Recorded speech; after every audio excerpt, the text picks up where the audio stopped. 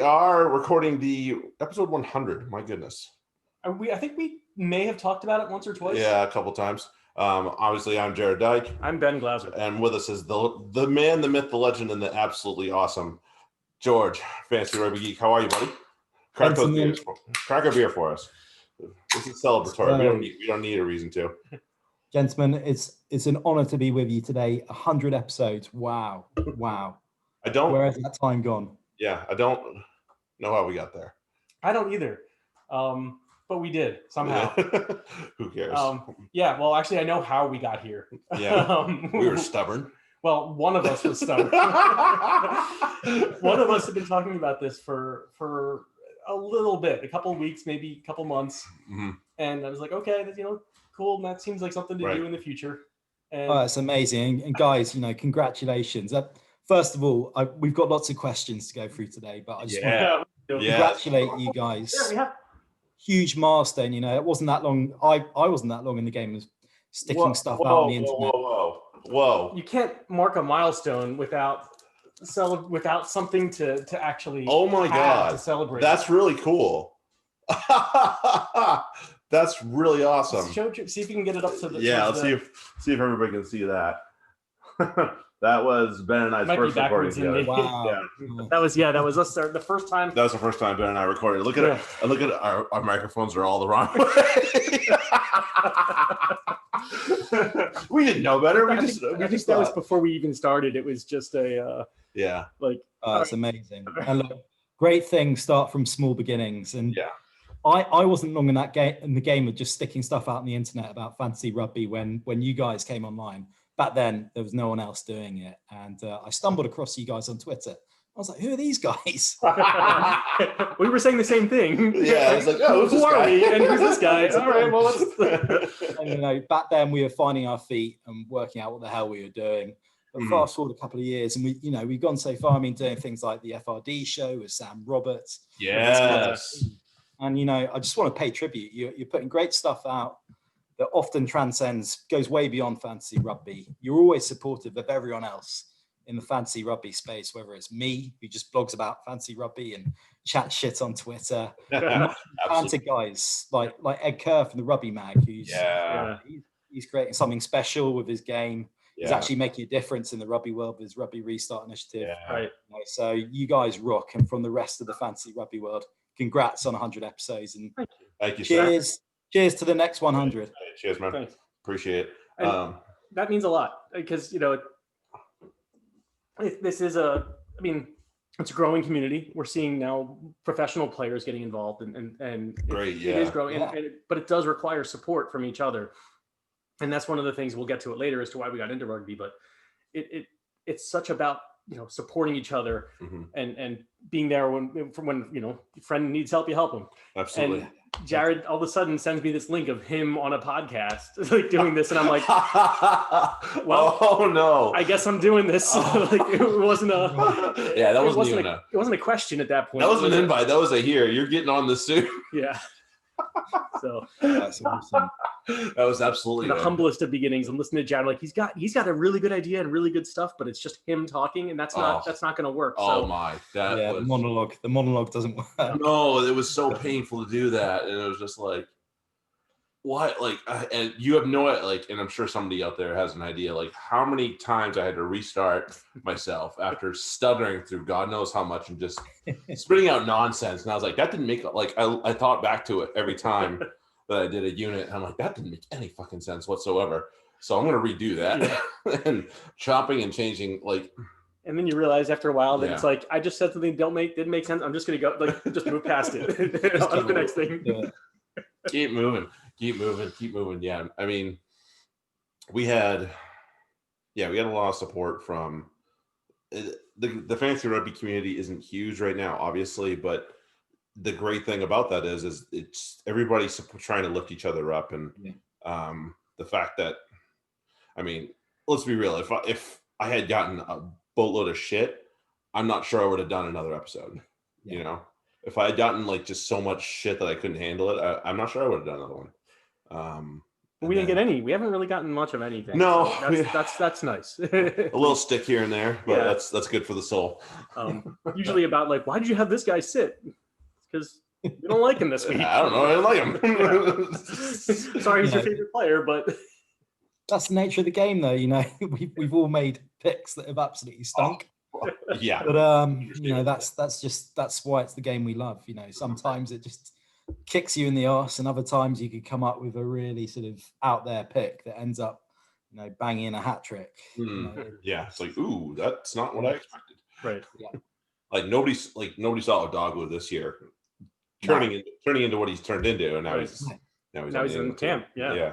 Where's he come? I mean, like at Sale, he was pretty inconsistent. Even last season, he wasn't setting the world alight. But wow, he's coming. Sounds a lot like Cameron Redpath, inconsistent at Sale, and suddenly an international himself. Yeah, that's true. I'm seeing a pattern here. Yeah, well, I'm sure Sanderson will fix that. Yeah. But yeah, I mean, like rewind for Dogwood back to the Kung Fu kick. I was just like, oh, that's the right card. Yeah. And his reaction to it was not good either. It was not good. He knows it, but he knew it later on. But at the time, it was very poor. And I was just like, dude, you just karate kicked a dude to the face. You're definitely off. Yeah. I don't know what you're talking about, man. Yeah, so it was really good that I didn't care if I got nothing. Nothing was better than getting shit, honestly. Like, I don't like throwing it out into the ether is easy. Like throwing it out into the ether and getting shit on back, that's tough. I'm not sure I would have kept going if I had gotten that. So at the very least, that didn't happen. Yeah, exactly. If you consider the cesspool that is Twitter, it's quite amazing the fact that we are able to stick this stuff out. We're not always 100% correct, but generally the amount of abuse that I get back is pretty minimal. I'm sure the same for you guys. Yeah, for the most part. So I mean, that's good that it's the community that we're in. I guess that speaks highly of it. And as you mentioned, Ed, has been fantastic to everybody. Has just been fantastic to us. So it's just either we're doing something right, or at least we got to the right people, we're with the right people. Something about that. Such as yourself. Something about that. Something there. Yeah. It makes it a lot of fun. It's one of these sometimes when I'm like, you know what, it's mid-season. Can we skip this week?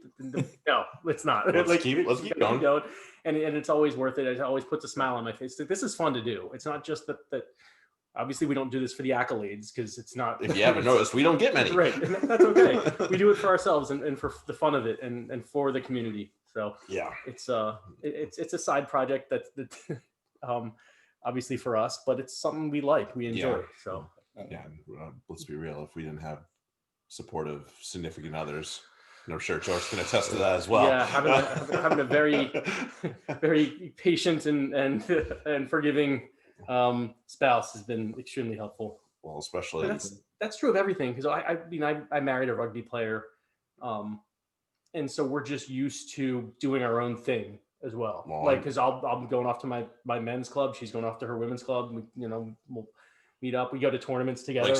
Like Saranac. And like a bunch of the guys are like, "Where's your wife, Ben?" And I'm like, "She's off with her team. She's doing whatever the fuck she wants." like we'll see each other at the bar later. Yeah. And it was like, bar's not going anywhere. Makes sense. Yeah.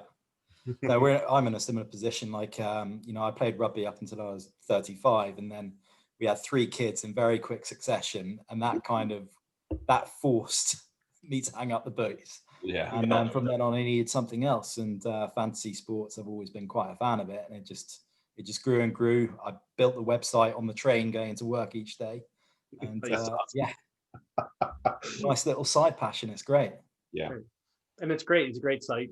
It's full of fantastic information every week. It's one of the things I check as I'm making I go through it. I'm like, if I don't check it first, I check it last. It's like, wait, I have my opinions, but I got to see what George says before I can, just throw them as a sanity check and nothing else. Am I off my rocker or not here?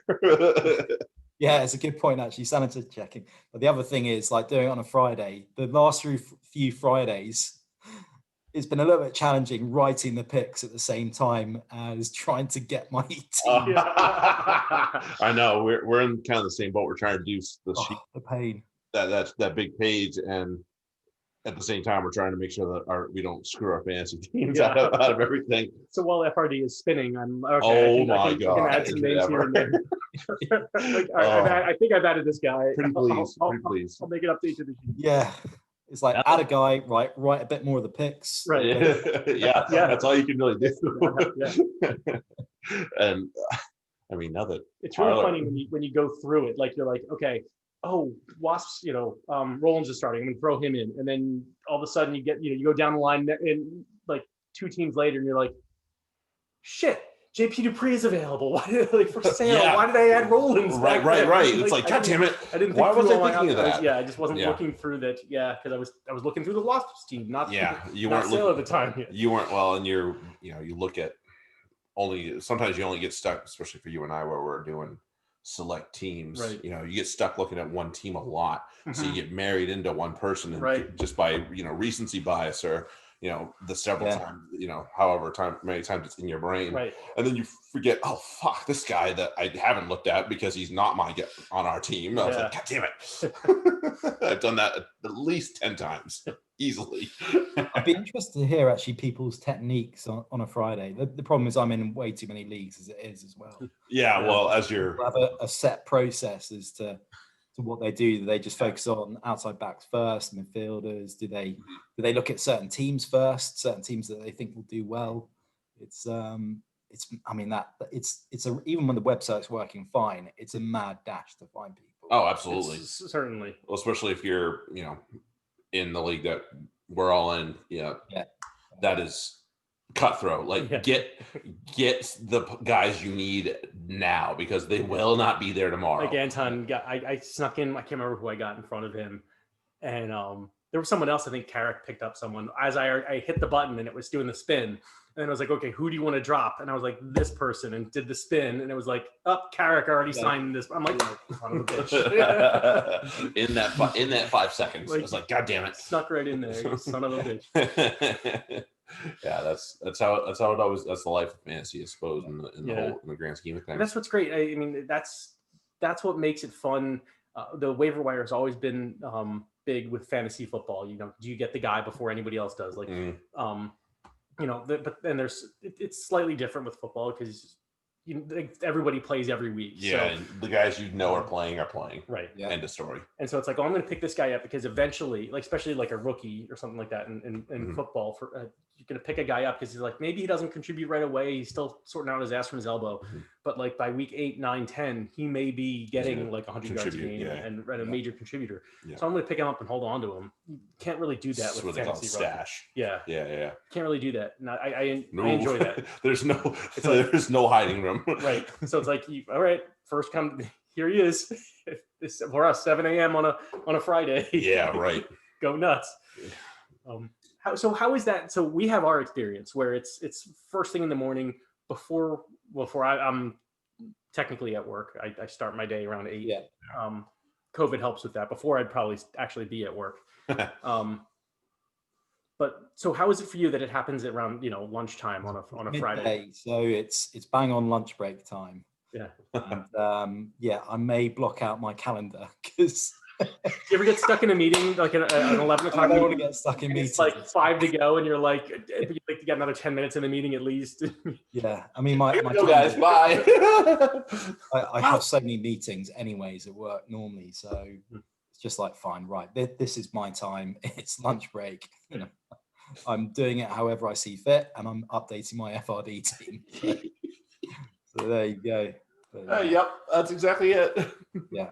Yeah, especially be done. So that makes it really hard when we have like the issues that we had on week 1 and a couple of weeks ago. It's just a nightmare. And if it gets to 1 o'clock, it's just like, you know what, I'm just going to come back later. The worst is for both of these times that where it's gone really bad. I had my team pretty well sorted already, and I was like fortunate to not have to worry too much. But then my team shit the bed. So it's like all the people who were like stressing out, and then maybe they didn't feel that. Like, was it Carrick who didn't play like 4 players against you and still? Oh, he still smashed me. Like, it's weird, isn't it? I mean, yeah, it's super weird. And then Carrick got a total score of -1 a couple of weeks ago. Yeah, that's true. Yeah, he went from -1 to getting well over 100 with like 5 guys. Yeah, I was like, what the fuck? What a game. Goddamn. Well, guys, it's episode 100, and we've got some questions for you.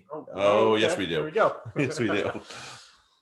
So, I mean, first up, I think everyone wants to know. Let's take it right back to the start. How did the world of the Fantasy Rugby Yanks all begin? Oh, I guess I need to answer this one. Yeah, it was like you came up to me with the idea, so you already had it. So I'll let you. And George knows the story, but for the rest of the world that hasn't heard it, I went to a wedding a couple summers ago, and the guy, a good friend of my wife's husband, used to work for ESPN over here. Doesn't work for him anymore, but somebody else at the wedding that's like a huge football fan was talking to this guy because he knew what he used to do. He knew he used to work for one of the shows at ESPN, was talking his ear off about how he and his friends do a fantasy hand egg podcast. The hand egg, as some of us call it. Because it's not a football. It's an egg, and then you use your hands. Let's be real. It's an egg. So, and my wife's friend's husband was very nice. His name's Ken. I won't say his last name for the sake of him. Ken was very nice, and like he's too nice to actually tell people like you're an idiot, but he also just kind of yesed them to death in a lot of ways. And I'm sitting here thinking, like, yeah, every jamoke that, like me, this guy, and everybody else wants to or does a fantasy football podcast. And I'm like, that sounds, I know the term he used. It's a niche market that's very saturated. That's what he used. I was like, it is. And I was like, wait a minute. I know a niche market that's not even close to saturated. So that's when I messaged Ben. I was like, I have an idea. Because ultimately, I mean, as you said, George, it's we do fantasy rugby, but it's not the center of every show. It's that we have it as a segment, and we obviously are very focused on it. Yeah. But we wanted a rugby podcast. We wanted to talk rugby. We wanted to engage the rugby community in outside of just playing with our one local club and whatnot. So this is it. It's like we can talk. We talk about the matches and analyze them too, not just the from a fantasy perspective. So it kind of ticks all of our boxes. Tickles your box. Certainly. But because you had approached me probably around the same time, like, is there such thing as fantasy rugby? And I said, I don't know. Let's go hunt. And we found Rugby Mag first, and then we found FRD second. So those are obviously the two variations we landed on for the most part. It took me a while to get the courage up to like just hit record, but I was like, all right, this is happening. So I did it. And do you remember we didn't quite have everything figured out audio wise? Obviously today clearly being a good example, technology wise. So your mic wasn't actually on the first time you came on. Right. So you could hear it. You could hear my echo in Jared's mic, and that was what we had to go with. And I had to edit the hell out of that thing, and I still don't think it's that good. No. But you can hear Ben at least, and you have to kind of bear with the fact that you can hear me a little louder. Right. That's the way. You've got to start somewhere, and you've got to sort of fail fast, learn, and just get better and better. And those are the things that the technology, the feeling comfortable about doing it, and learning to just move past. If you, as we said earlier, you say something stupid. The first time you say something stupid, you're like, oh, I think you think about that for the next 10 minutes, and you say another couple things that are stupid, and you think about, and it just goes on, and it just builds on snowballs. It's quicksand. We're used to it now. You kind of get, so I feel like we have a good idea, we have a good thing, and we're getting better at it. So that's the important thing. Slowly but surely. And we have we have a very good following. I liked our solid, the people who listen to us and give us great feedback. So we grew exponentially this year. We have. I've heard you say in the last few episodes you've really grown.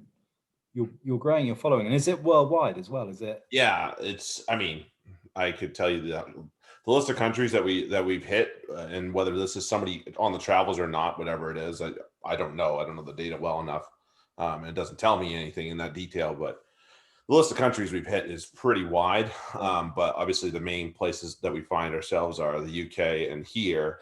Also a little bit of South Africa, a little bit of New Zealand, a little bit of Australia. Yeah. But like there's somebody in like the Netherlands that listens to us, I swear to God. That's fine. I think there's somebody in Japan as well, which is weird. Every so often we get a mass download, like somebody just goes and downloads. Yeah, somebody must find us and just download all, because like all the old episodes have one download for like that week. I'm like, yeah, somebody went into the old catalog and boom, just crushed it. So yeah, it was all that. And you kind of like, as we talked about, getting as we've improved, I'm like, don't listen to the early stuff. Don't listen to me babble on. Good Lord. Save yourself the time. It's not worth it, I promise.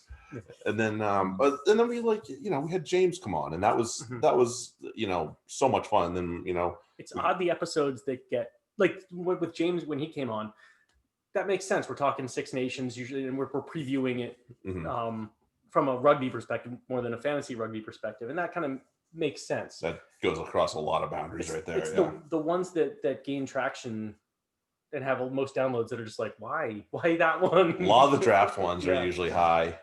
A couple weeks ago when the insurrection happened, that hit a big spike. I don't know what it was. I mean, that went way beyond rugby, and it gave an insight to the rest of the world. A lot of the rugby world is maybe not. Well, I think we found your insights being on the ground and sort of letting the rest of the world know what was going on. That was really valuable for us to hear. And it's not often you get to hear authentic voices like yours telling the story of what's going on in the world. And it, like I was saying earlier on, it just transcends fantasy rugby. This is that one definitely did. That one a little, because we spent a good 15-20 minutes on that too. We did. Well, it was kind of important. It was very important. There was no getting around it. I mean, we were still watching it on TV. Like it's very rare when our network for some reason allows it to happen where I can be on a Zoom. At that point we weren't together like we are now. But I'm on a Zoom and I have the TV going, and I'm sure my wife's watching stuff out in the living room too. So it's like, usually it poops out, but for some reason that day we could still watch. So I'm like, it's on my The TV. universe wanted you to have that. Yeah. The universe wanted you to have that day. I don't know why. But it was like good. And we were actually very fortunate because we were supposed to record the day before. It was supposed to be on the Tuesday. True. Either you or I, what we're just like, I am so fucked. Yeah. It's not happening today. So it wasn't happening that day, and it just happened to have, we recorded that day, and beats me. Luck would have it. So that is the interesting thing, is because it seems so straightforward to us. Like, this is happening. Yeah, this is what's happening. We know who these people are and what they're doing and why they're doing it. It all makes sense to us. So it's for as ubiquitous as American culture is around the world, at least we're known for being what we are. Put it that way. It was just surprising to hear that, we could help give insight, because it's like, is this not what everybody sees? This is not what people know about. Okay. Yeah, exactly. And also, you just, you can never fully trust what you're seeing on the news or anything like that. That is a fact. There's some sort of bias in there. So it was just really good to hear from you guys as to what was really going on. Couple of schmucks. Yeah, thanks. I mean, you can always count on us to hear to tell you what's really going on. It's good to hear a bit of the backstory and where it all came from. The next question I've got, we could probably spend a whole hour on, I think. And I hope you guys are ready for this. We've been asked for you to select your best 15s pro eras. So since 95, who is your best? This will be interesting. 15? So if we start from loose heads, work our way 1 to 15. Right. So I had to do a little bit of work on this one for a little bit, because I was not. It's and it's going to be an interesting one for me too. Good Lord, and I'm trying to think of who the hell I put in there right off the top of my head. Should be an easy one. For you, go for it. You tell me who you want. I thought about it for all 2 seconds on this one. Mako Vunipola. Yeah, he's the first one that comes to my brain. I think. How many props? So I chose this as yes, there's a difference in training from the start of the pro game to now, and the players are just so very different. So I went with, and a lot of my guys are more recent, because of that a little bit, but it's also the way the game is played now. I mean, Mako Vunipola is a guy who can lead your team in tackles and carries from the prop position. Yeah, that's true. So, and he can play 80 minutes at the international level. He's done that. So I give it to him. Those things, like, you know, the Hair Bears back in the day they're not leading the team in carries. No. They're up there, might be up there in tackles, but mostly they're ruckers. That's what they were doing, ruck and scrum. Yeah. And that's just not valuable these days. So it's no offense to those guys, but Mako's my number one. Number one. I was torn between a few guys, and really I think it has to come down to as long as I got the right side of the scrum here, the Beast. Yeah. Say as long as I got the right side. Say I'm pretty sure I got the right, and even if I don't care. He's good. He's playing loose head. So I'm going with the Beast. God, who was it that he held up like on a kickoff and just like by himself was holding the dude in the air as he was horizontal, not just up in the air. The dude was horizontal. I don't remember who it was, but he was doing it by himself. I can't remember who it was, but yeah. Oh my! I was like, that dude is strong. What was more important there, or more impressive there? What the Beast was doing, or that those shorts held up? That's also true. He was hanging on for those shorts were hanging on for dear life. No disrespect to the Beast. Yeah. But damn. Considering the guy he was lifting was probably about 7'7" and probably about I mean, he was a South African back row / lock, so duh. It's probably like Matfield or something like that. As a Brit, like Beast, I've just got bad memories of him, and all I can think about is him destroying Phil Vickery in the 09 Lions, and then 10 years later destroying Dan Cole in the World Cup final. I think of Payne, and he's that was a bit of a rough one for Vickery had a bad day that day. Onto your hooker. Hooker. There's two names that come to mind, and I'm really torn between them. I really liked Stephen Moore for his leadership when he was playing for Australia. And I just remember so many pictures of that dude because he was, shiny domed like our friend here.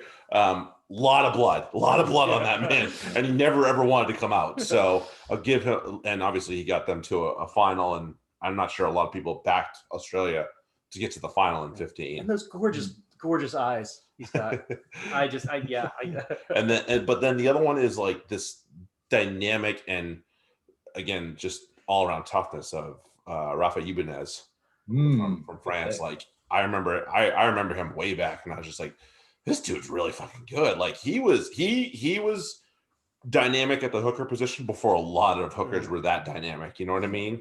So it's certainly at that level. So I think I'm going to go with Ibanez. And on my end, I'm taking that dynamism, and I'm choosing a wing in Dane Coles. He wants to be a wing. It's just the stuff that he does out wide, and scrummaging and throw. He does it all. So going with Colesy there. I love me some Colesy. There may be I do have a significant amount of All Blacks somehow on this. It's surprising. Well, back-to-back World Cups. Right. For my other proposition, it was something similar, except this guy is just a badger when you get down to the goal line, and you just need to get over that line. Tag Furlong is going to get you over that that's line. A good one. And he's another guy who's going to play 80 minutes at the international level and be all over the pitch. And he's supposedly on his way back for this coming month here. Good. That'll be interesting. Game misses him. I remember when he broke on the scene, just the damage he would do in the loose was unreal. Yeah, for a tight head. No one had ever seen anything like him. Yeah, for a tight head especially. Mm-hmm. Yeah. I have to go old school with tight head, and he is a cult hero for a lot of people. And I don't like the team he used to play for, but the guy will still never be forgotten, and that's Martin Kester Giovanni. Oh, Yes, that's a good one.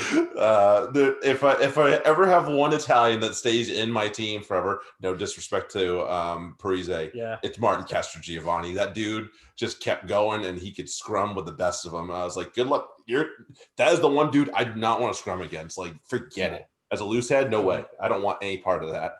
Get out of here. What a guy to have on your team, on and off the field. Like, oh, I'm sure he was a party too, no doubt. They're like pictures of him at Zlatan stag do in Vegas, like Zlatan Ibrahimovic. That's awesome. Oh, him at a Zlatan. Yeah. No way. Yeah. At a bachelor party. Oh, for him. Good Lord, I can only imagine. And that was back right, there's the social medias, but not quite at the way they are Not now. quite at that level, yeah. We're kind of, it's fortunate / unfortunate that we got enough, but we got a taste, but not enough. Oh, goodness gracious. You aren't kidding. All right. Into the engine room. To the engine room. So this puts me up under pressure because I was a lock by trade for many years. Man, it's there's so many, even all the way back. It's so hard. Yeah, it's hard to just pick a lock out. This is the tough. I gotta give Jono the nod though. I gotta give him. You win a World Cup, and the only team that's really come close to it, the two teams that have come close to it haven't really come close to it in many terms. They got to the final and then got humped. So when you win a World Cup, and obviously they won it in some pretty fancy fashion, I got to give Martin Johnson at least one of those spots in the bench there. Like captain 2 Lions tours, captain England to the World Cup. The guy was just, he's the kind of man that you want in your team, and everyone, you just look to him. Absolute ledge. And so he was before my time rugby wise. So he was just like, I knew him as the England coach. That was my introduction to him. So like 2011. Right. So I didn't pick him. No disrespect. It was just I'm a newbie to the international rugby scene. As difficult as it was to figure that out in America, actually to watch it. So we never bootlegged videos over here. Right. I'm sticking with that same country, and to a guy who will just, sometimes the other team has the ball and he just decides they shouldn't have it anymore, and now he has it, and that's Mario Itoje. Yeah, so I know exactly what you're going for. It was too much of an easy one. It's like no, you've had enough time with that at mine now. Oh my God, that man's huge. And I mean, he burst onto the scene when he won like 20 some straight matches. Yeah, something like that. Professional. That's true. And he's just getting better, and he's still young, and he has so much more to go. It's amazing. It's not fair. No. So this is a bit of there's promise of stuff to come from him that's just otherworldly. So that was. Yeah, it was. Yeah, no. And I also recently, actually this morning, I watched the documentary from Obano, and he's in. Yeah, that was really good. I need to get on that. Yeah, that was very good. I still have to watch the Dan Leo one, but yeah, that was an excellent one. So Morrow, if I didn't like Morrow enough, I like him a lot more after that one. So so my other lock. Yeah, what do you got? Is a similar mold of that respect of this is my ball now. Yeah. And again, going back down to the Southern Hemisphere for a Kiwi, Sam Whitelock. Yeah. Yeah, he's not bad. Because I mean, he's not bad at all. with Itoje and Whitelock, it's like where do you attack? Where do you keep the ball? Right. Yeah, that's true. Yeah, they'll take it and they'll win lineouts at the same time. That's true. The man was, and I have a true appreciation for people that are good at understanding the lineout and how to craft it and how to also execute it. So my other second row has to go to somebody I already mentioned before, maybe by accident, maybe I was on it, but Victor Matfield from South Africa. Excellent choice. Just the guy. If he was in the game and he was running the lineup, you weren't going to steal the ball. because he either knew where to send it or he would take it himself. Mhm. Like it was very rare that you were going to take the ball away from South Africa if he was in the lineup, unless the hooker was completely shit, which is also a possibility. But yeah, quality hooker with him, forget it. I've never really seen a line-out technician at the level of Matt Fields. Just on a whole different level. And again, I remember lots of painful afternoons as an England rugby fan down at the pub, just watching in awe as our line-out was destructed by Matt Field and Bota. I mean, it was just. So that was around then. 07 World Cup. Yeah, 07. Yep. So that was around the time when I was just getting into watching international rugby. Yeah. I knew I didn't get his name at first because I take, learning names takes me a little bit. All I knew is him as that asshole. Oh, it's that asshole. Yeah. I mean, if you're developing a name like that, you might be doing something right. So there's one guy that I wasn't sure whether you would mention or not, and he might be before your time. He was sort of late 90s, early 2000s, World Cup winner of Australia in 99, and a lead captain of the team, John Eales. Yeah, Eales. I was like, wait, I know who this is. Yeah, no, it wasn't quite before I started dawdling into this at like 2002. So he was probably just at the tail end of his best, and I was only starting. So if he was playing now, he would have been a fantasy rugby dream, because not only was he an absolute beast in the line-out, not far off Matt Field level, but he was also a really good goal kicker. Like he kicked. Oh yeah, that's true. That's true. I didn't even think of that. Was that a video of a lock kicking a? It was good chance. But he was like a regular kicker as well. So he kicked like almost 60 penalties and conversions at test level. It's not just at club level. The guy was actually a legit. That's ridiculous. That's fun. Yeah, that'll not happen in a long time. I can guarantee you. That's like I played it's high school, so take it for what it's worth. But played a team where their left is in American football. Their left tackle was their kicker. So it was this, and he was a big boy too. This was guy who was gonna. I think he played D1 football somewhere, but he was like 300 pounds and like not like sloppy 300 pounds, and you were just like, all right, a rigged 300 pounds, as we might say. Back row. So I'm not sure if my 6 is accurate, but I'm going to go with your assessment. The up front where you had your beast maybe. Oh, so yeah, whatever. Back row's a back row. Who cares? So my 6, and if you notice, I don't have the guys you run through the brick wall for until now. Until I got to the back row. Okay. So my first up is my number 6 is Sam Warburton. Oh yeah, I'd put he'd make most back rows. That guy, because I mean, hell of a player. So he's going to do damage around the field, but he's also the guy who's going to keep that that pack together and keep them on in focus and on task. Absolutely.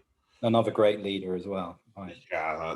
Also that which you cannot put down by any means whatsoever. You have to have a guy like him, Jono, somebody in there that's going to lead the charge and make sure the troops are going all the right direction. Exactly. That's why I was like, I'll sacrifice that, because there's, as you said, there's so many locks that you can just throw in there as a, your leadership position. And I'm going to pull out from that and use my, have my locks be fetchers a little bit, and my flankers can be more cleanup. Yeah, that's fair enough. 6. I think I got to stay in the Southern Hemisphere, and he might not. He played all over the back row, so really it doesn't matter. You're going with my. But the guy, he was just on one of the good podcasts out there. Australian guy. David Pocock. Yep. That dude. And he's another guy that just like. He played as long as he did, and he was as good as long as he was. Like he's like Hooper in many ways, where he was capped early, and people remember Pocock over many generations of rugby just because he was so good for so long. And he still had a truncated career in many ways. So that just speaks to how good he was, how early it was when he was good. I was like, he must have been 17 when he broke into his first rugby team easily. So give him all the credit in the world. And if you need a fetcher, he's not a bad option. No. He was right up there on mine too. It was like 6B. Warburton is 6A. Yeah, absolutely. Yeah, back 2015 when he was in his peak, he was just untouchable, just unbelievable. A significant reason why the Australian team punched above their weight and reached the final that year. Absolutely. Yeah, I agree. That back row. Do we even have to talk about Seven, or can we just probably not? Okay. No. double World Cup winning captain. I don't think there's a reason to say otherwise. 3-time player of the year. Listen, he figured out. People say he cheated. Listen, he figured out how to cheat better than anybody else. That's all I know. So Richie McCaw. Yeah, Richie McCaw has to be. Man, it's just, and you know what? It's funny for him to be so talked about forever. He's not in the limelight at all anywhere, and you still say his name, and people just go, and that just tells you everything you know about the guy. Plain and simple. On to the eights. Yeah. All right, this guy is a personal hero of mine, so I'm gonna do it, and I don't care. Ireland's 8-man for a little while, Jamie Heaslip. Yes, he was my pick until I had my actual pick. And it's just too bad his career got cut down so short. But man, that guy was fun to watch. When he got in the loose, I was like, "This is going to be fun." I don't know what's going to happen, but it's going to be fun. So plain and simple. For my guy, again, talking about brick wall guys, there's guys you want to run through a brick wall. This guy will throw you through a brick wall if you refuse to run through it. And he was the first $1 million player, which says a lot about his quality of play and his value to the game. And plus, you got to have him. I mean, how can you say no to Sebastian Chabal? Yeah. You what? do it. If he says it, you do it without question, because you don't want to die. Or he will do it for you with you. I said to pick up that ball. Scoop you up with his brains. Right. You would scoop the ball up with your brains or something, you know. Yeah. Who was it whose ribs he broke on a tackle? Ali Williams. He broke Ali Williams. Yeah, that sounds right. Oh, poor Ali Williams. Yeah, just this is a guy you don't want to get on the wrong side of, so that's why I'm picking him on my team. Fair enough. If you've got some time, you need to go on YouTube and Google Chabal press conference from 2007, because there's like this English journalist says, "Can we speak English?" Chabal's like, "No, we speak French." And that was the end of the interview. We're done. That's great. That'd be a no. My favorite is the Chabal Bear. Yeah, he is. So I want one, and I'm mad that I can't get one. Yeah. Like, it's a tease, Puma. You teased us. Yes, you did. 9. There's a lot of guys, and I also want to feel like I also want to feel like I represent a lot of the world as well. So and he almost got a position that I really wanted him to get recently, but he was a big reason for the Pumas' resurgence, or coming out really, in obviously not this past World Cup, but many World Cups beforehand, where they, especially in 11, and that's Augustine Pichot. Yeah, that dude. Yeah, he made a lot of people's lives miserable in 11. I can tell you that much right now. Nobody saw that coming, and he was a big part of it. So I'll give Pichot the nod at 9 for sure. Same with 07, actually. I mean, no one was really expecting Argentina to do what they did. Especially 07. 07 was a huge. Yeah. 07 was a bizarre tournament in itself. Like, you had obviously the French beating the Kiwis. You had Argentina coming out of nowhere. I was just like, are we in the right world here? Is this it? Are we sure we're not at the FIFA World Cup? Like, what the fuck? Yeah. My goodness. So a lot of this was, again, before my time, so I can't really comment on too much of it. So I would say George Gregan, because I want to have an Australian, because I don't otherwise. But because I don't really, good too. And he's all right. Invented the Gregan. Yeah. As we all know it now. Yep. But it's hard to not go with Aaron Smith, just because of all the stuff he does. Oh, I can understand that. He's the best he's been consistent since I've started watching as the best. And for that long a period of time, I can't say no to that. So another Kiwi for me. Yeah, of course. Yeah, someone who I would have mentioned, but again was probably before your time, right at the very start of the pro era, was Jost van der Westhuizen, absolute legend. And he played 3 World Cups, and it was just a nightmare. Yeah, he's part of the 95 team, wasn't 95, yeah. So he won it in 95, Yeah.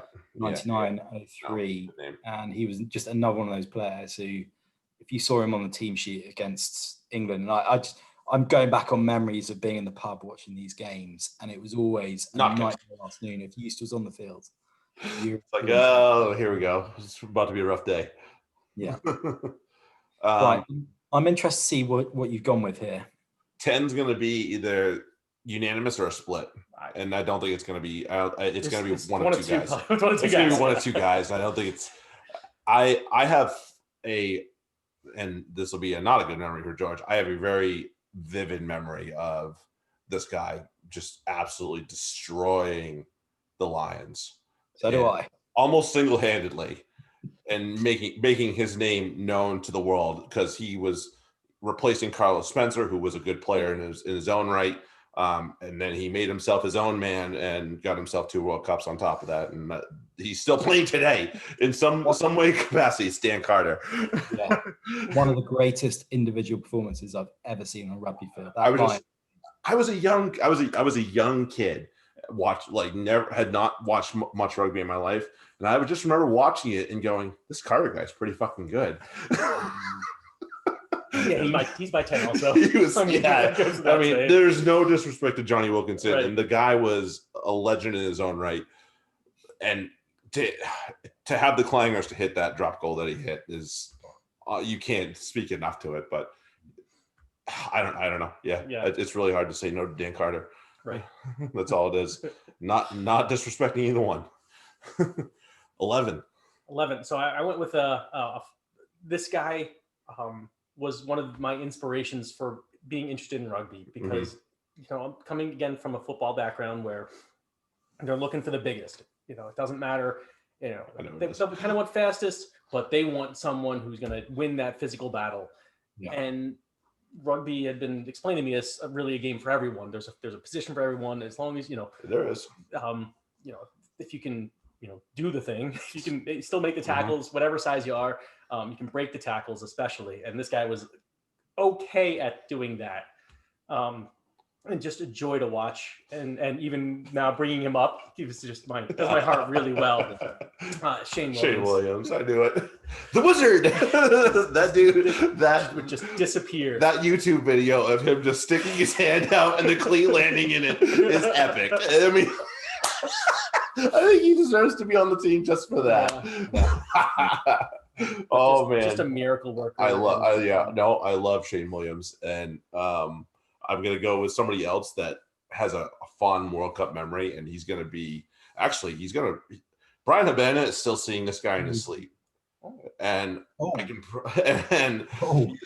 got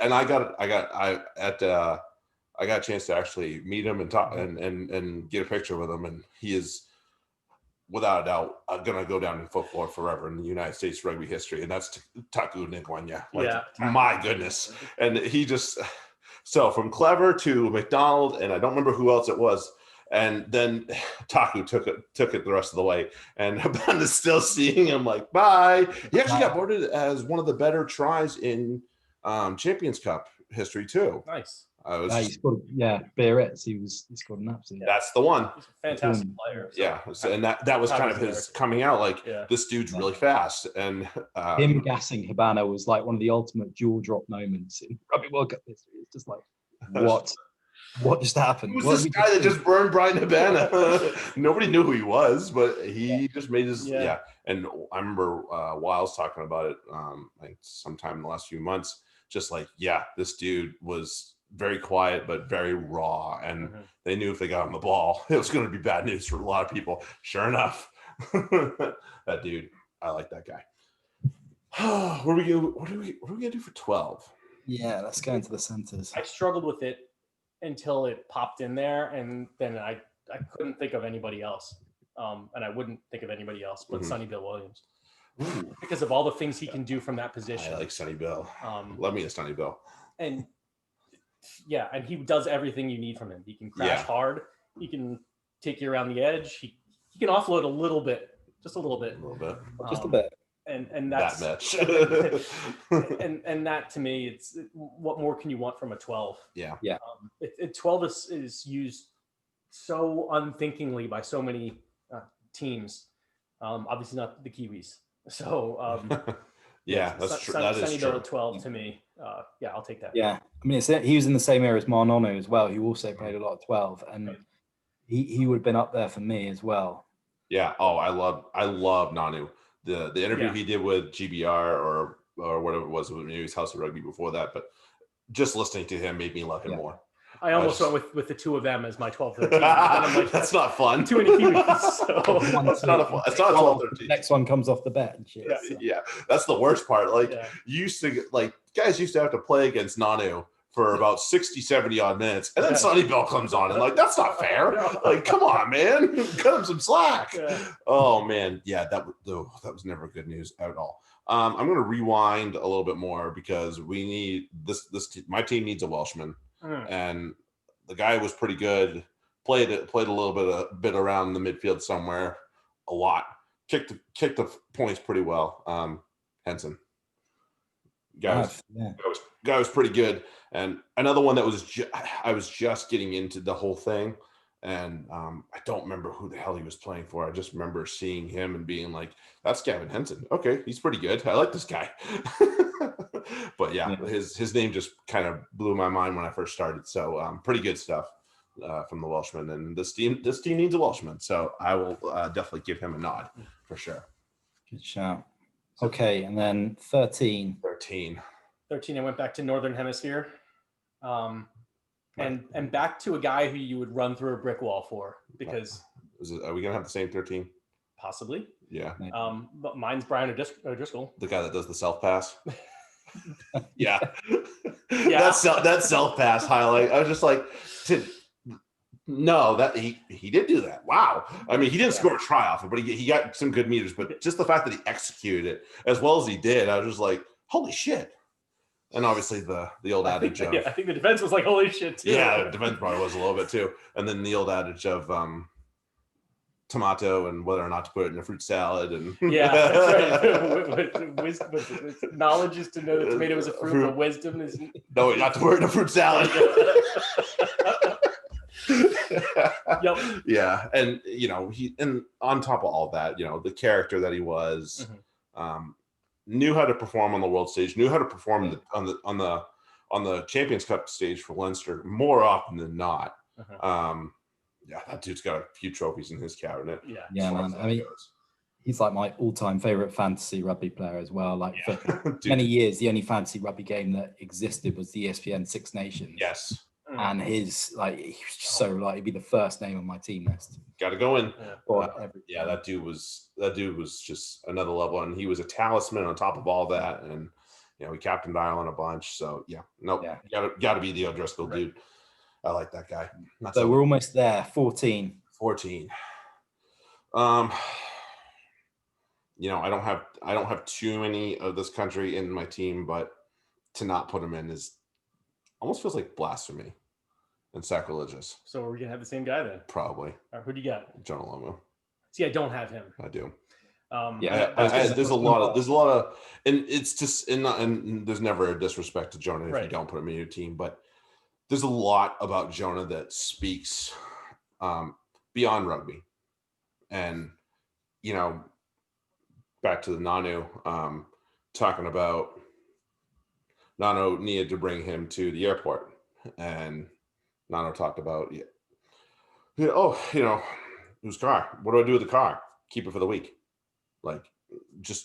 And started picking him up to go to her. Obviously, I'm a Hurricanes fan too. Started picking him up to go to Hurricanes practice. And I'm like, not only was he a great player, he was a great guy. Yeah, he was. In every interview. And I remember in 2015, he was over in England for the World Cup not long before he died. And he was doing interviews. The guy was so grounded. I mean, if you consider he was really the first global rugby superstar. He was, if you're looking at rugby and if you're looking for a Michael Jordan, Roger Federer, Leo Messi type character, Lomu was that guy. And there's never really been anyone on that level so far above anyone else since. But he was always so grounded, and he was always, a man of the people, and he never let the the adulation and ego get to him. He just loved rugby. He was so humble, and and you talk about athletes that are just ahead of their game and beyond their game, and he was ahead of the game by a long shot when he was around. Jordan and Gretzky are two names over here that definitely ring that. Messi is obviously another one that just pops when you think of it. Messi can control a game and still find a way to just dazzle you. But yeah, just Jonah was another level beyond rugby. So I had to stick him in the team. Yeah, and so he was before me, and I know that's not an excuse, but I just wanted to keep with guys that I knew and that impressed me. So I went with the guy you mentioned, Jared, and because of also his transformation, in my opinion, was a guy who, when I first started watching him, I was like, this guy's soft. Like he's a good runner, not physical at all. Doesn't want to take tackles. Will weenie out on high balls sometimes if there's pressure coming. Does a lot of flopping, but towards the end of his career, was a hard man, and just a great all around player. And that's Havana. I don't besmirch anybody that puts that guy in the team by any means whatsoever. He's kind of good. Yeah, and I think he might be my first South African. So kind of wanted to give them some love. He was good. He was good. Still, did he break the Test rugby try record? Third place playoff. I think he got one. Oh, that makes sense. That's right. I completely forgot about the whole thing. I don't know if he equaled it or beat it, but he definitely was on that top list. Yeah, I remember. Yeah, that's another level right there. Guy making the tackles and making the plays all at the back. Right. There's one country I haven't represented yet, and I think I need to. And he's good to this day. And I love his personality on top of that. And he's had some pretty traumatic experiences of his own and we talk about, DC's in the news right now for the trauma he's experienced and stuff like that. And this guy's had some trauma he's dealt with. He's dealt with it pretty well, on top of the fact you're not going with Falau, are you? No, fuck that guy. Fuck that guy so hard. But yeah, it's Stuart Hogg. Oh, that's beautiful. I like Hoggy. That man. I've always loved Hoggy. Yeah. It's just too bad he got hurt in the last Lions tour, because I can imagine what the Lions team would have done with him in it. Although Liam Williams did do a good job, but he's just a different player.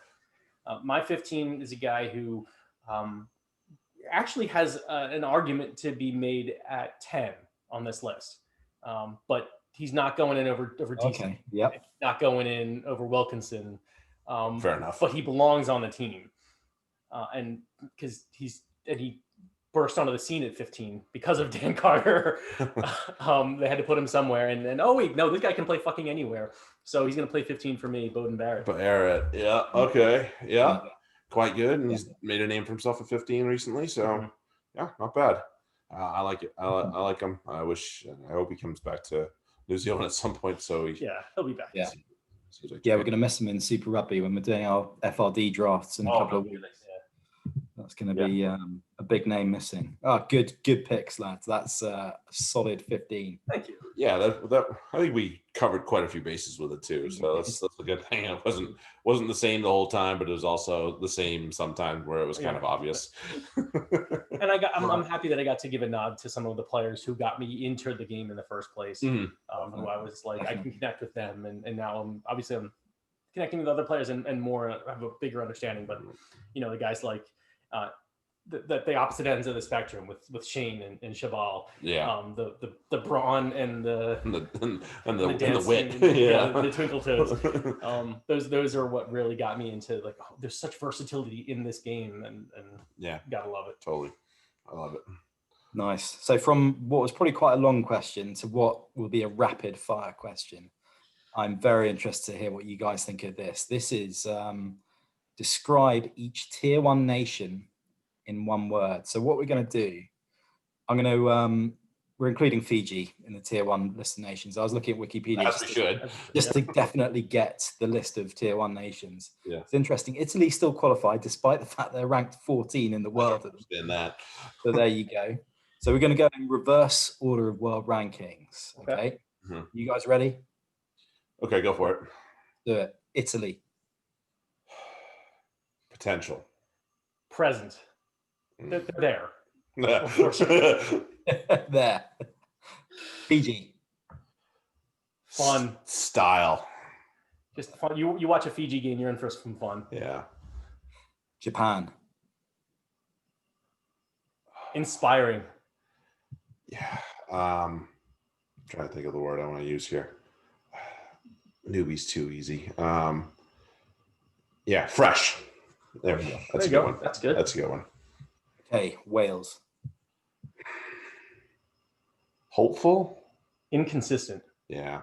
Because sometimes they're like they're number one, and now what they're 13 yeah, that's or kind of what, like that. Like that's why I put hopeful, because like they have a chance, and then you hope they do better, and sometimes they let you down. Yeah. Rebuilding. All right. Constantly. What? Argentina. Tough. I go with tough too. Yeah, it's like that's kind of it. They're tough, and they're tough to play, and they're mentally tough. Obviously, as we saw. Yes, we saw. Yeah, for sure. I'll go with that. All right, Scotland. Disappointing. Boring. Yeah. Wrong. I can't. Lots of great players. Wrong coach. Yeah. Lots of unbalanced as well. You've got amazing talents like Finn Russell and Stuart Hogg, and yet.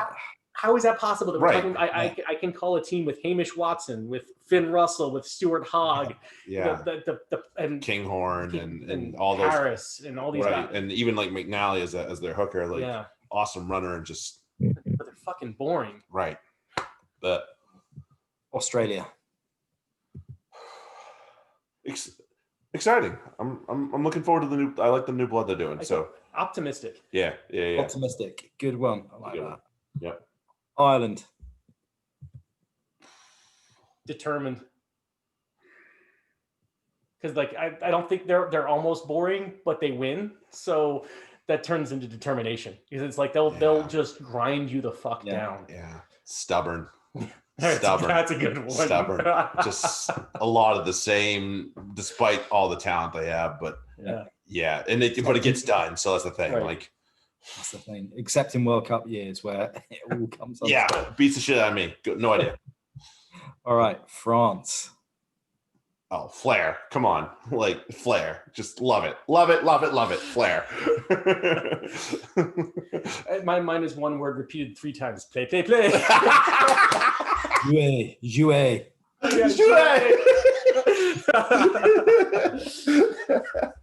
Yes, that's it. New Zealand. Unbeatable, mostly. Assassins. Yeah, maybe that's a good one. That's a good one. They're just cold. They will, but I mean, they're temperamental with it, but they will just, maybe might take a half of them to figure out how to get you, but they will fucking get you. Mm-hmm. They will get you. All right, England. Uptight.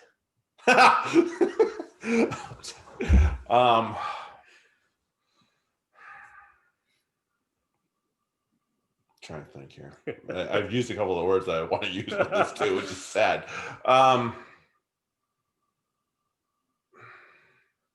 Better, and that can be thrown in so many ways.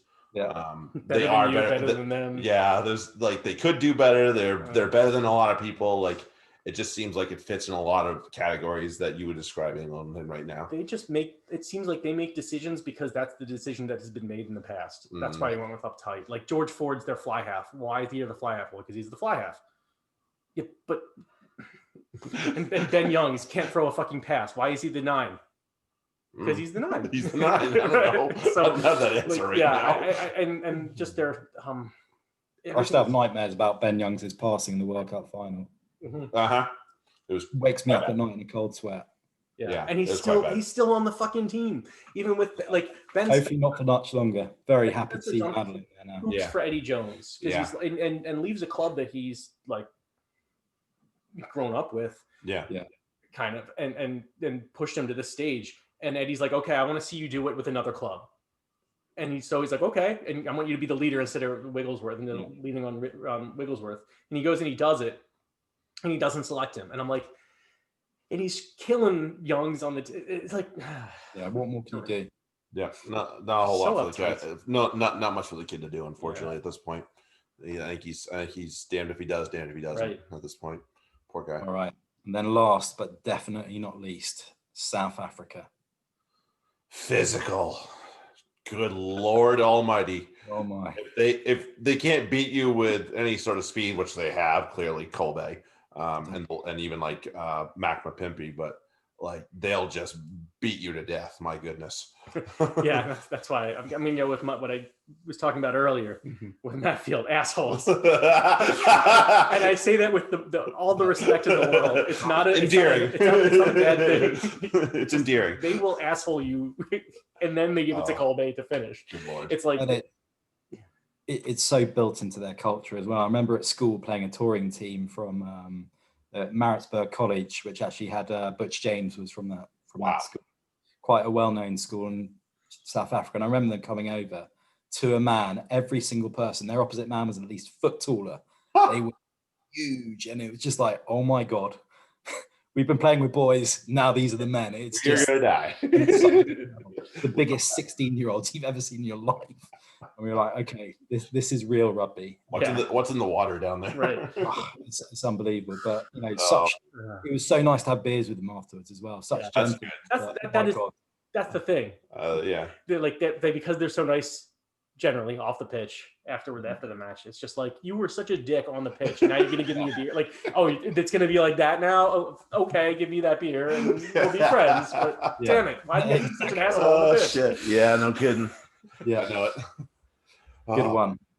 Cool. We got a few more questions. So one I'm quite interested actually, given the rugby in the US. Interested to know what got you guys both personally into rugby, and did you or do you still play? Well, I coach. Age before beauty. Yeah, more than play. Although I'll play in some old boys and Saranac and some social tournaments and stuff like that. What got me into rugby was I got out of college and was looking for something to do, and it just so I ran into a friend of a friend who plays rugby, and we got to drinking. And he basically said, with your size and drinking ability, you'd make an excellent rugby player. And it turned out to be, pretty, he wasn't wrong. But yeah, what got me into it though, was that my first practice, it was on my 23rd birthday, was my first ever rugby practice. And I played all sorts of sports. So I kind of had that versatility. When I was in high school, I played not just football, but I did a little bit of basketball. I'm short, so I'm not very good at that. I played ice hockey. I played baseball a little bit, did some track. So I'm a fairly well-rounded athlete. Apt term. And rugby really got the combination of all of my athletic traits and game awareness. So like I always enjoyed the creativity of the basketball and hockey. And you have to work with your teammates and make sight adjustments like that. With each other on the fly, and rugby is very much that. And so a lot of the things I was like, oh, this is like hockey and football mixed, and like I kind of used elements of that to really bring everything together for rugby for me, and it clicked pretty instantly. Yeah. So I enjoyed that. Yeah, I was. And then we went to the bar after practice. Yeah, that was your best part. And I was like, wait, what the fuck? This is great. I was younger than Ben was. I was 16 when I got my hands on a rugby ball for the first time. I had some teammates from my high school football team, American football, obviously, that had talked about playing rugby, and I was scratching my head. I was all but done with baseball at that point. Baseball is a spring sport here. Rugby was also a spring sport. And I was like, that sounds interesting to me right now. Baseball, I was just beyond. I was like, I wasn't going anywhere with it, and I didn't feel like I had any more left to play with it. And I like the thought of more physicality again. I was like, yeah, this could be fun. So I went, and Ben will appreciate this too. If you're an American football lineman, you do not touch the ball. like ever. We have one job.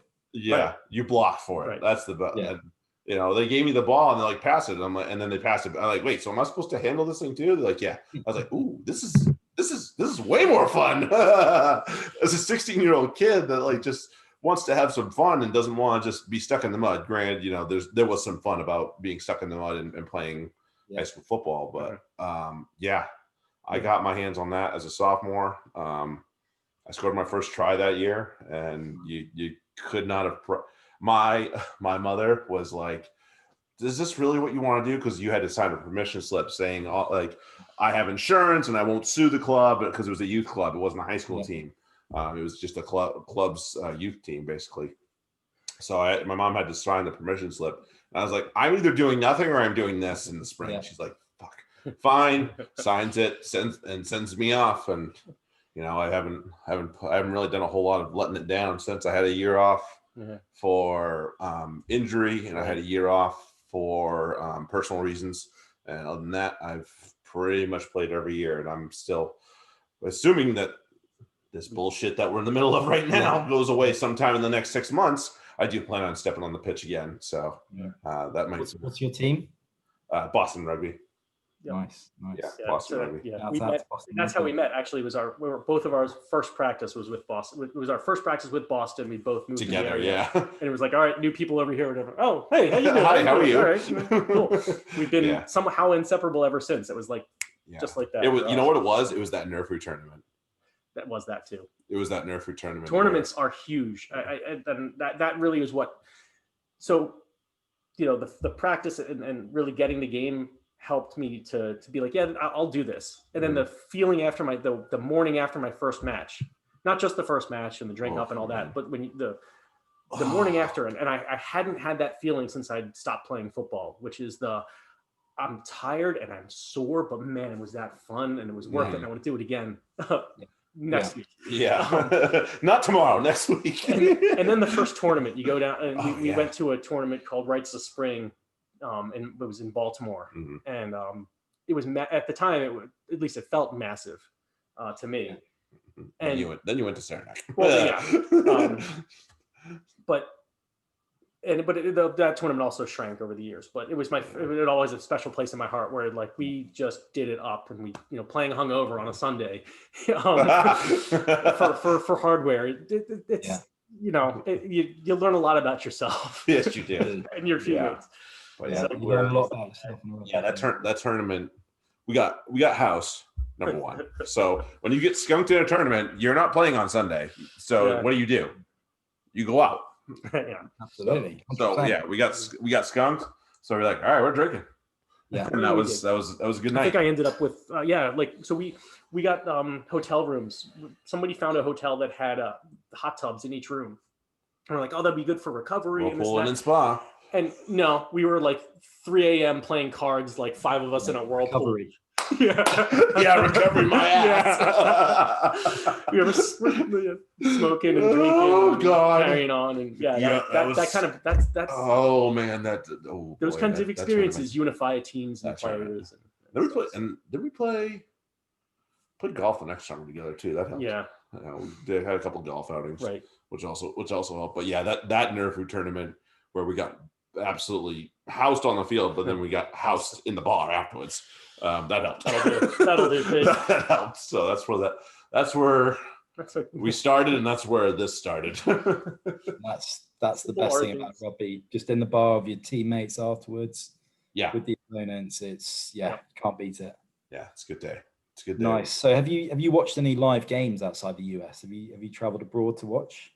I have. And how was the experience for you guys? So I've done two things. I've both watched and played overseas. Right. The watching I did, my beautiful wife, when I first was dating her, she was doing a semester abroad. She was going to go student teach in Australia for a semester.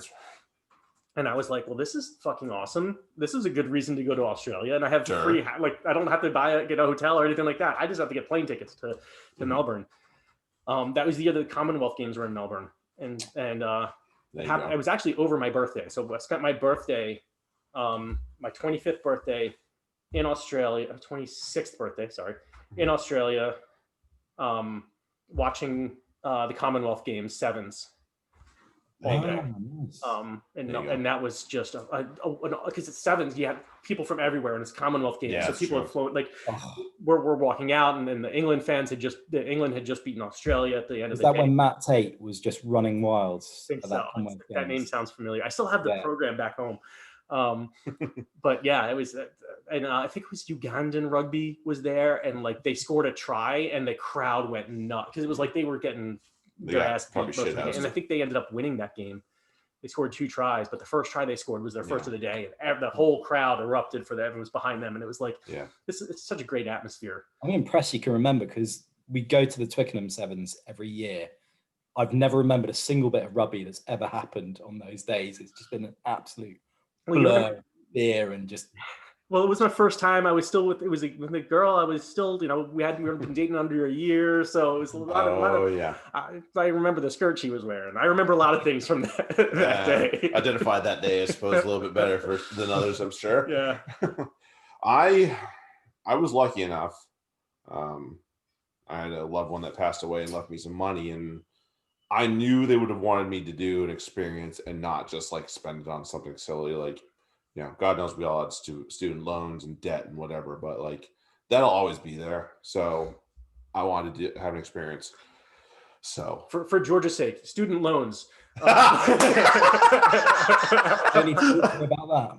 An American construct. Okay, so back to our expanding people's worlds. It's about what it's like to be a fucking American. I forgot about that whole thing. You go to college, you got to pay tuition. A lot of it. Tuition's really big. Over here. Student loans is. Oh, you do? Okay. All right. I wasn't sure if student loans were a thing over there. They're not fun. But uni was a little so anyway, in either case. Anyway. So I was like, you know what? He would want me to have an experience. So I bought a package to go to England in 2015. And I do not regret it a single second. What an experience that was. And having not gone to a match outside, anywhere before, let alone to a World Cup match, man, the first match was when we got tonked by South Africa at the London Stadium. And actually, there is Twitter evidence that I was there. Yeah. Oh, right. Because the crowd, when I was on international TV for 5 seconds. So you had his face painted. Yeah, I had my face painted of the Stars and Stripes. My wife was standing next to me. And they're when they're panning for people with a shitty country like the U.S. in terms of rugby, they're looking for people that are actually either dressed as American fans or maybe even singing the anthem. And she and I were singing the anthem, so. So we were there, but the South African fans were so much fun. They were just I got there and I had a beer in hand, and they were just like, "Oh, hey, come down here and talk with us." And like they were all down a little close to the front row. We had decent seats, but they were all by the front row, and they wanted me to just talk to them. And one of them was filming me. I was like, "Wow, these are really nice people." They just wanted to know what I was doing, and they were awesome. So that was a lot of fun. I forgot though. I've actually been to Twickenham too. Now that you mentioned it, but it was a charity rugby sevens thing, and I almost missed my flight back home because of it. Attaboy. You shouldn't do that. And then we went to Gloucester and watched the U.S. play Japan. Taku scored. Wiles scored. AJ was playing 10. Good times. Fucking Stanfield was on the field. Fuck that guy. And you know who else was on the field? Of course, Quill was on the fucking prick. That friggin' idiot. So Quill, we've had the luxury. We've actually, how many internationals have you? I know this wasn't a question that I'm sorry, George. I'm stepping on your toes here. How many internationals have you played with? 3. Because it was what, Quilly, Tony, and Liam. Okay. Those are the ones that come to my mind. Right. I was fortunate enough to play with the Maccabees. I played with Zach Test. Oh, Test. Aside from that. Yeah, that's a good one too. Lamborn. Sorry? Which Tony? No, Purpura. Prop. He's a big lucid prop. He's got a couple cups of coffee with the Eagles. Yeah. He was part of the qualifying team a couple years ago. Yeah. Yeah, he was on the. Yes, he was a part of that win when they qualified for the World Cup. Yeah, he was on that So- team and scored. Previous tournament scored a try against Canada. If I remember right. Yeah, no, actually I got to watch Tony's second or third cap when we were in college. Tony was still young. Eddie, God, what the hell was his name? Fucking Eddie O'Sullivan. I say, what the hell was his name? Yeah. Eddie O'Sullivan was the coach. He was quite a dick from what I understand. We've had a lot of that in American rugby. Yeah. So, but yeah, he really liked. Yeah, fucking Tolkien. Eddie O'Sullivan really liked Tony. Unfortunately, he didn't finish much more than that, so Tony didn't have much. The other person that really liked Tony was John Mitchell. Yeah. So, but yeah, when John Mitchell left, but who's going to trust John Mitchell's opinion about rugby? he ain't too bad. Yeah. So yeah, no, it was a lot of fun. The Gloucester match was fun. It was really cool to we went from like the fan zone to walk to the stadium. And that was a lot of fun. And people were interviewing me. Japanese TV interviewed me because of my face paint. Like, so really credit to the missus for that one, honestly, because she did it, because I ain't doing that on my own. So what Jared is saying without saying it is, remember the guy in Japan who painted his shirt? That's Jared inspired that. That was really what we're getting down to. 2015 version. Yeah, something like that. Yeah, that was good. Yeah, no, I'll never forget that experience ever. 2015 was a hell of an experience, and even it may have been a painful experience for an England fan, but I went to quite a few games regardless, and it was so nice to have that on our doorstep. It was unforgettable. Yeah, couldn't pass it up when I really thought about it. I was like, nope, got to do it. Yeah, I can imagine. Yeah. Well, yeah, it'd be. We need to get the team together for a World Cup one day. Wherever it is, all of us. France isn't that far away. France and then is not that hard. The 27 might be here. Well, that would be nice. Yeah. I would hope. Oh, that would be fantastic. Imagine. Right, we've got two more questions. One is from our good friend who currently sat at the top of the Champions League, Mr. Anton Homan. Lovely guy, great trash talker. And the funny thing is, he's flying at the top of the league, giving us all the reviews. But he hasn't resorted to 32-12 yet. So, fair play. Give him credit for that at least. But Anton has asked us, which country do you think knows their rugby best? That's such a loaded question. Such a loaded question. Oh, man. I mean, hey, if you want to talk about like who's the most successful in that terms, then obviously it goes down to the World Cups, and that's New Zealand and South Africa right now. But you can't just lean on that. It's not here, I can tell you that much. I think it's all a part of different games, really, like different types of games. Like if you want to understand how to just batter a team, you're going to just go to South Africa and ask them and get that and get the lowdown on that. You want to understand how to play attacking in space with kicks, go to the Kiwis. They kick more than anybody thinks, and it's because they want to play in broken fields, right? And they do it quite well if you haven't checked, right? And then obviously, there is quite a well-roundedness that can come from a lot of English rugby, but right now Eddie's just not doing it justice. Yeah. But as far as like if people and fans are concerned, I mean, yeah, everybody knows their brand of rugby. Maybe that's more it. And so it's like the South Africans know South African rugby, the Irish know Irish rugby, like as far as the style of play, and here's what and so they consider that to be rugby. So it is kind of a loaded question in that, like, yeah, all the fans know their game. I get the feeling though that the Kiwis are the ones who really like, they'll see the opening when the players do, like they'll see the play coming too, and you can hear the build there with the fans in the building, rather than just like I have to admit, like as a player sort of playing sort of amateur level in the UK, we get people coming from all over the world because I live just outside London, so we often get a lot of people coming over the world.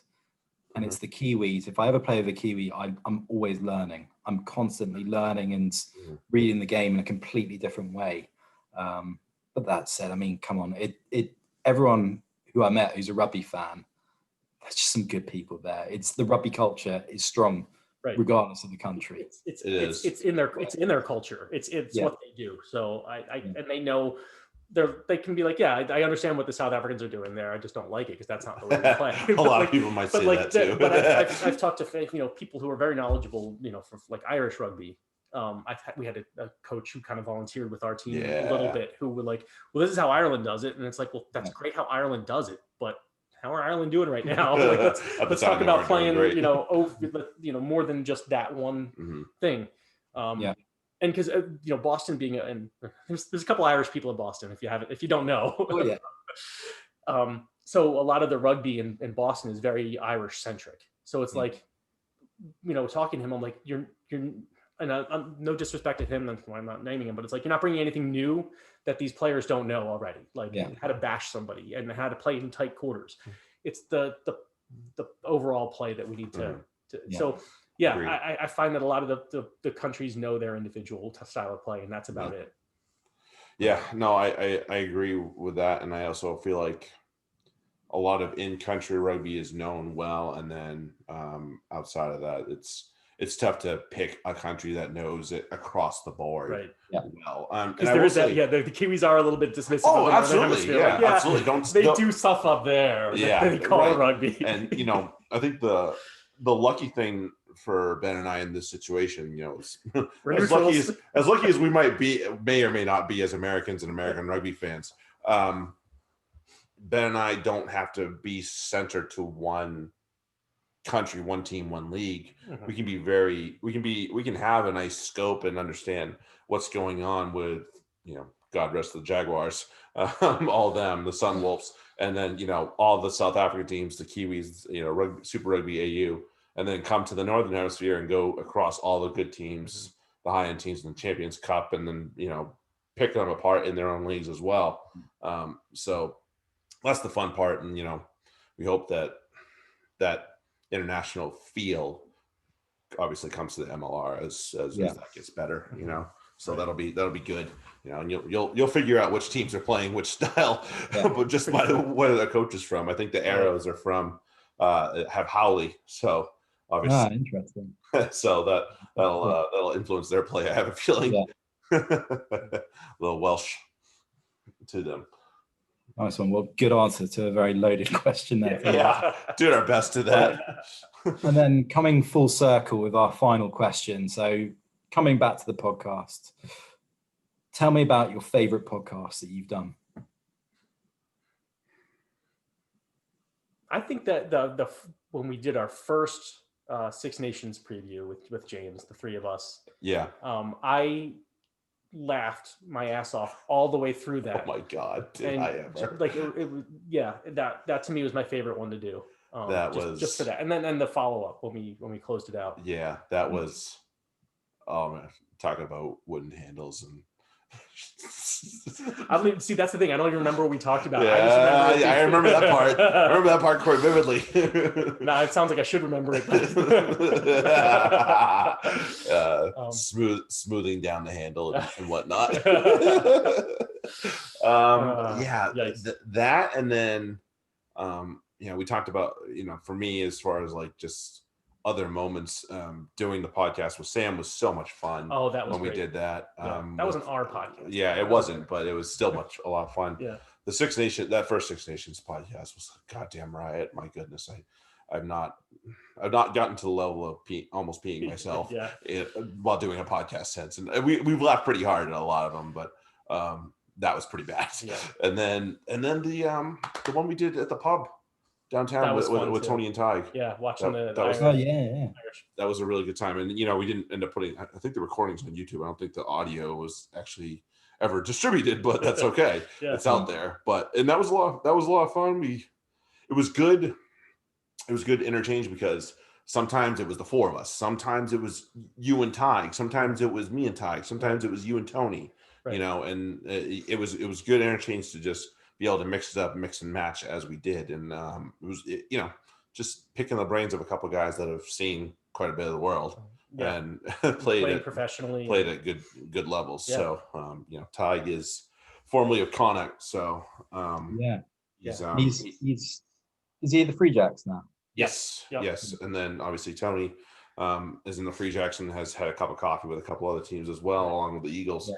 So just to hear their experiences was really cool. And we talked. We were watching like Samoa Island or something like that. Yeah, I think That I sounds remember about right. playing, It was just yeah. it was a bit of a shit show, but that's all right. Yeah. Just the talking with them was a lot of fun as well. So Right. yeah, I mean, really. And the 19 Crimes lady, didn't we have her on too?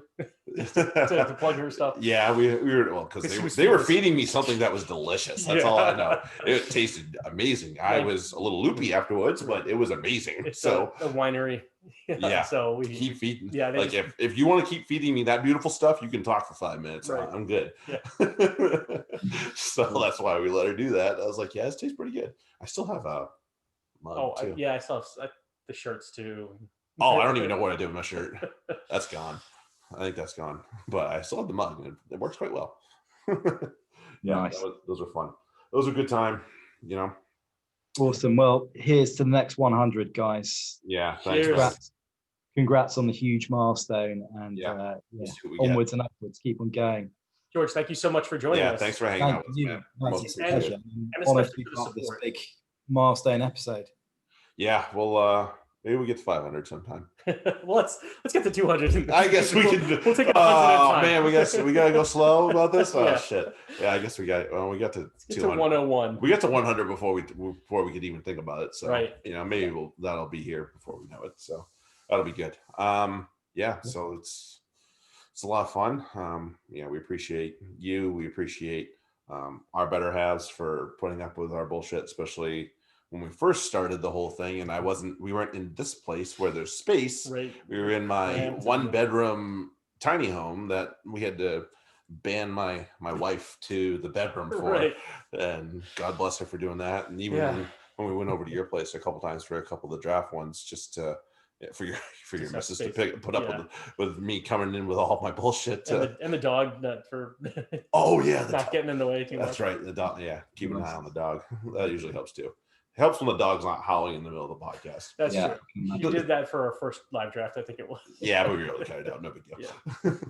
NBD. It was minimum at best. So yeah, we made it.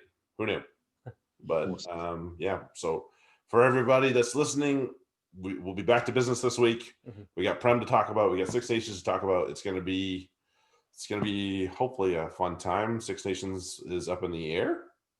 Some bullshit about that. The international travel being iffy. Yeah, as far as we know, it's still happening as planned, but who knows? I mean, things change quickly. They're not very. That's one thing that's frustrating for us as Americans. We're used to when sports do things here. Here it is. This is what's happening. Whether it's an injury, whether it's a trade or something like that. With rugby, the news has been very sparse, scarce on the ground. I think I saw a tweet 2 days ago that was like, it's off. They just won't formally announce it. It's like, okay, but can I? Is that real? Is that a good source, or are you just bullshitting me? Like, what are you doing? So I never know. Hopefully, you play to the whistle. That's just that's pretty much where we're at this point. Yeah. But so thank you to all of you that tuned in with us. And we'll be back next week. But thanks a lot, guys. Thanks, everybody.